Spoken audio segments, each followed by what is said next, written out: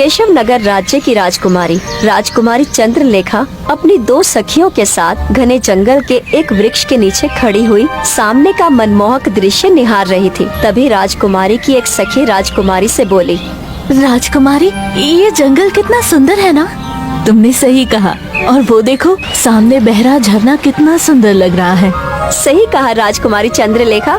ये झरना, ये चहचहाती चिड़ियों की आवाज और ये जंगल की मनमोहन भीनी भीनी खुशबू मन को कितनी शांति दे रही है। तुमने सही कहा, लेकिन कभी कभी मैं सोचती हूँ कि इससे आगे का दृश्य इससे भी अधिक और सुंदर होगा।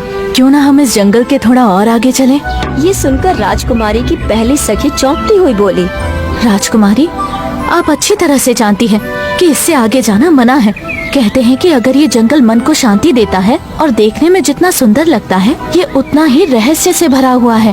और फिर भूलिए मत राजकुमारी चंद्रलेखा, महाराज विक्रम ने बस हमें यहीं तक आने का आदेश दिया है। इससे आगे हमें जाने के लिए सख्ती से मना किया है। पहली सखी ने इतना कहा ही था कि तभी वहाँ मौजूद 2 सैनिक राजकुमारी चंद्रलेखा के पास आ पहुँचे और एक सैनिक चंद्रलेखा की ओर देखकर बोला, ये सही कह रही हैं राजकुमारी, इससे आगे जाना आपके लिए खतरनाक है और मुझे लगता है कि अब हमें वापस चलना चाहिए क्योंकि शाम होने वाली है।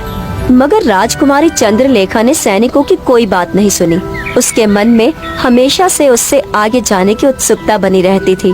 वो उन सब की बातें सुने बिना आगे की ओर बढ़ गई और उसकी दोनों सखियों और सैनिक ना चाहते हुए भी उसके पीछे पीछे चलने लगे। कुछ दूर जाकर राजकुमारी चंद्रलेखा की नजर एक सुंदर वृक्ष पर पड़ी, जिस पर विचित्र तरह के फल उग रहे थे।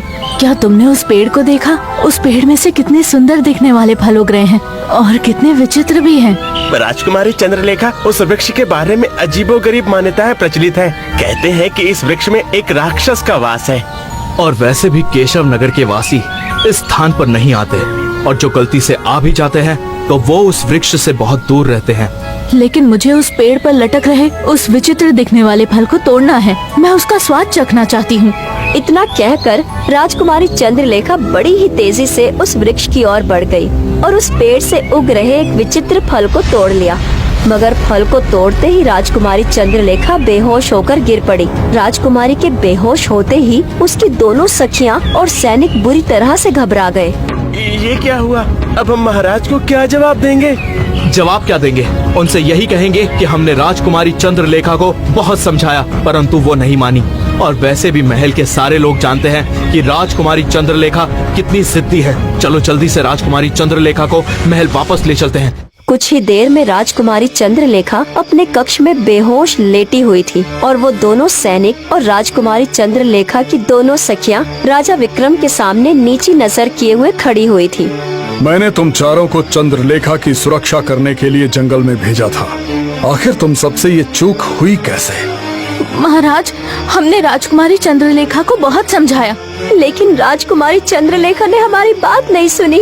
महाराज, हमने उस वृक्ष के बारे में भी राजकुमारी चंद्रलेखा को स्पर्श करने से मना किया था और बताया भी था कि केशव नगर राज्य में उस वृक्ष के बारे में अजीबोगरीब डरावनी अफवाहें मशहूर हैं। कहते हैं वृक्ष पर एक राक्षस का शासन है। लेकिन राजकुमारी ने हमारी कोई बात नहीं सुनी और उन्होंने अचानक से उस पेड़ के विचित्र फल को तोड़ दिया। हम सबको सोचने समझने का मौका तक नहीं मिला और राजकुमारी चंद्रलेखा बेहोश हो गयी। राजा विक्रम सैनिक की ओर देखकर बोले, तो अब खड़े खड़े मेरा मुंह क्या देख रहे हो? जाओ, जाकर केशव नगर के सबसे बड़े और ऊंचे वैद्य को बुलाकर लेकर आओ।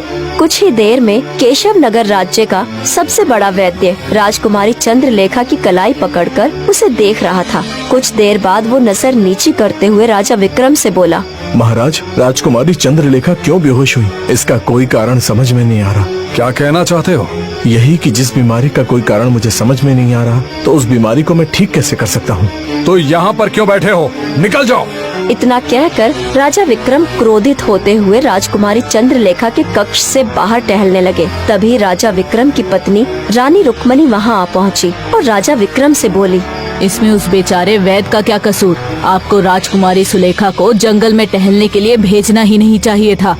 राजा विक्रम अपनी पुत्री राजकुमारी चंद्रलेखा से बहुत प्रेम करते थे। उनकी आंखों में आंसू आ गए। राजा विक्रम ने केशव नगर राज्य के कई वैद्य और कई साधुओं को भी बुलाया, परंतु राजकुमारी चंद्रलेखा को कोई भी होश में नहीं ला सका।